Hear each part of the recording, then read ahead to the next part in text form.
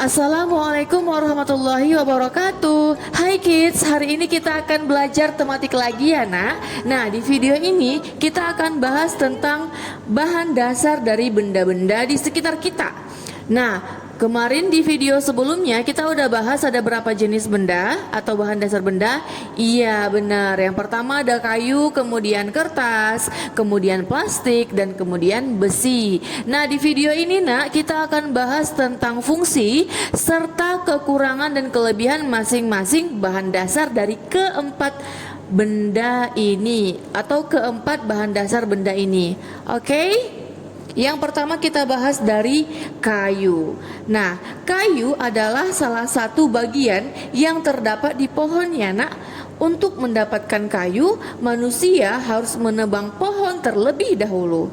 Kemudian, ranting-ranting pohon dibersihkan. Setelah itu, batang pohon dipotong-potong menjadi gelondongan agar mudah dibawa ke pabrik kayu. Nah, di pabrik kayu, batang pohon dipotong-potong sesuai ukuran yang dibutuhkan.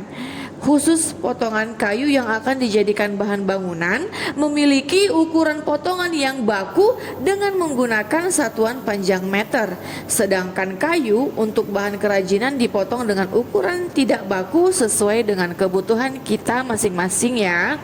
Nah, kemudian kayu-kayu tersebut dijemur sekitar 2 hingga 4 pekan atau 4 minggu ya nak. Tujuannya apa? Tujuannya agar kayu-kayu tersebut tidak berjamur. Keunggulan kayu adalah mudah dibentuk. Kayu jati adalah kayu yang terbaik. Selain tahan lama, kayu jati juga tahan terhadap serangan rayap. Sementara itu, jenis kayu yang lain tidak tahan dengan serangan rayap. Sebagai kesimpulannya, keunggulan kayu adalah sangat kuat, keras, mudah dibentuk, dan tahan lama. Sementara kekurangan kayu memiliki sifat yang mudah lapuk. Next, bahan dasar dari kertas. Kertas terbuat dari kayu dan biasanya diambil dari pohon pinus ya nak. Benda-benda di sekitar kita banyak yang terbuat dari kertas.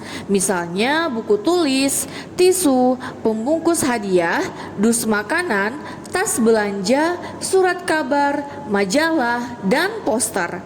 Uang pun ada yang terbuat dari kertas. Masih banyak lagi benda-benda yang terbuat dari kertas. Nah, kertas memiliki sifat ringan, mudah sobek, mudah terbakar, dan menyerap air. Kertas terdiri dari berbagai jenis dengan manfaat yang berbeda-beda. Kertas karton tebal misalnya dibuat tebal dapat dipakai pada pelajaran kesenian, khususnya untuk materi kerajinan. Siswa menggunakan kertas karton tebal sebagai bahan dasar kerajinan tangan, misalnya untuk membuat kotak pensil, souvenir, bingkai foto hingga anyaman.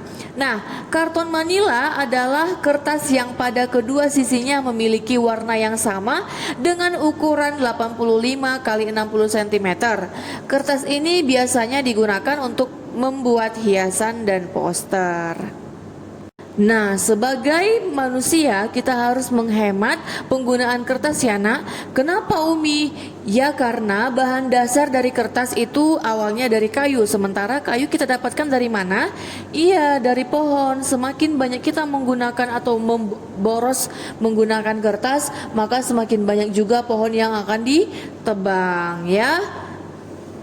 Cara menghemat kertas gimana Umi? Yang pertama, cara menghemat kertas itu adalah dengan menggunakan kedua sisi kertas dan menggunakan kertas daur ulang. Menghemat kertas dapat mengurangi penebangan pohon di hutan dan dapat melestarikan lingkungan sekitar kita. Oke, lingkungan alam. Nah, selanjutnya kita akan bahas benda yang bahan dasarnya dari kaca, logam, dan karet. Nah, bahan untuk membuat benda bukan hanya dari kertas, plastik, dan kayu ya nak. Akan tetapi banyak juga benda yang terbuat dari logam, kaca, dan karet. Logam adalah salah satu bahan yang digunakan untuk membuat berbagai benda. Logam ada beberapa jenis seperti logam tembaga, logam aluminium, dan logam baja.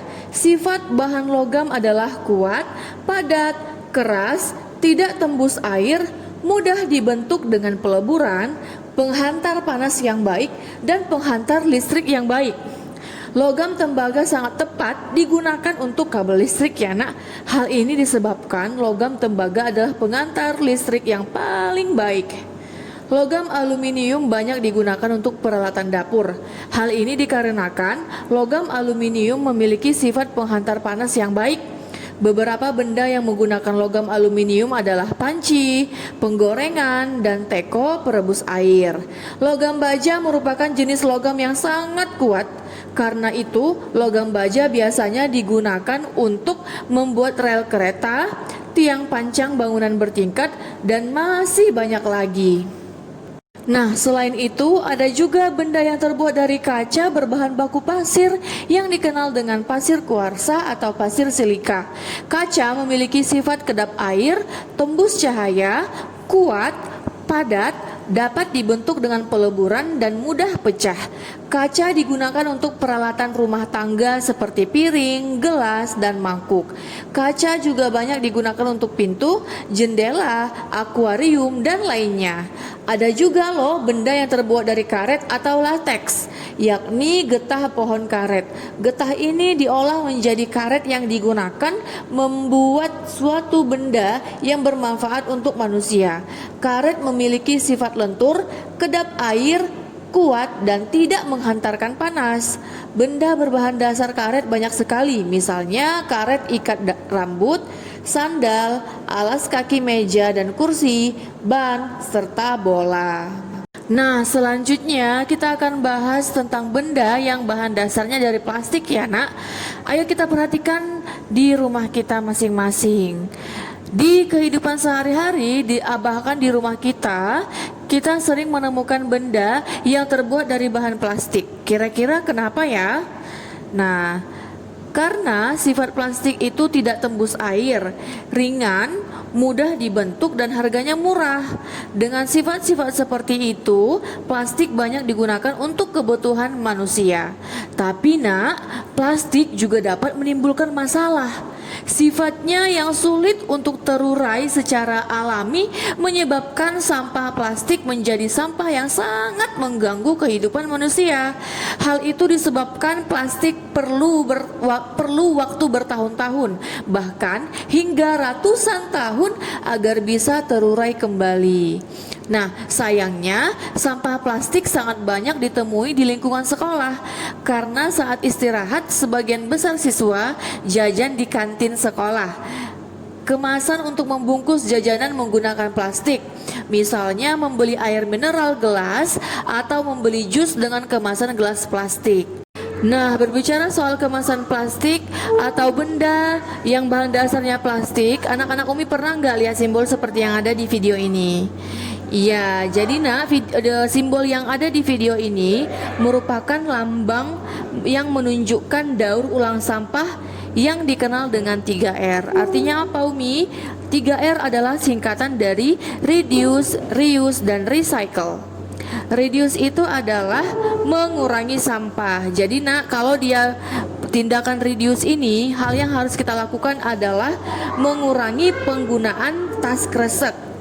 Dengan cara apa? Dengan cara membawa tas kita sendiri. Jadi kalau misalkan mau ke pajak, boleh anak-anak Umi bawa tas sendiri untuk mengumpulkan barang-barang yang sudah kita beli daripada menggunakan tas plastik ya nak.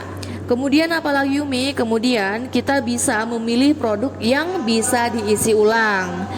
Nah, selain itu, anak-anak Umi juga harus menghemat makanan dan tidak menyisakan makanan. Nah, anak-anak Umi harus udah bisa mengukur kira-kira seberapa banyak yang dia bisa habis. Kalau misalkan jadi kita itu menaruh dikit demi dikit. Kalau misalkan kita masih kurang, baru boleh ditambah lagi gitu ya nak, biar kita tidak menyisakan makanan.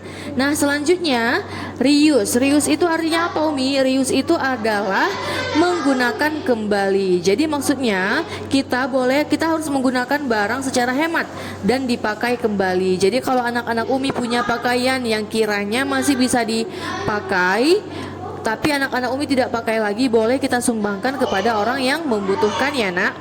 Nah, selanjutnya kita bahas yang recycle. Recycle itu artinya apa Umi? Recycle itu adalah mendaur ulang.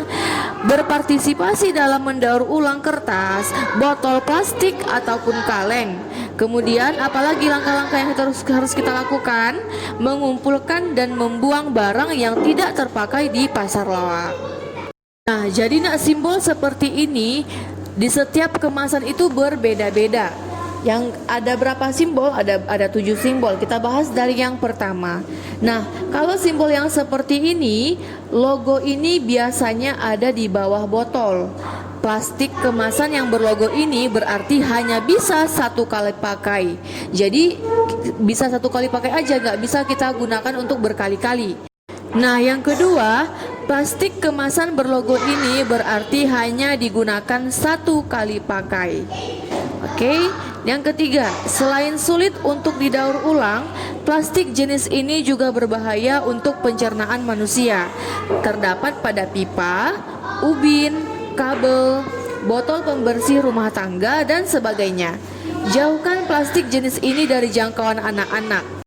Nah, kita masuk ke logo yang keempat. Logo yang keempat ini maksudnya apa? Logo yang keempat ini berarti maksudnya yang jenis ini itu sering digunakan, misalnya kantong plastik, kantong sampah, tas belanja, hingga bungkus makanan. Plastik jenis ini memang tahan lama dan elastis sehingga cocok untuk dijadikan tas belanja.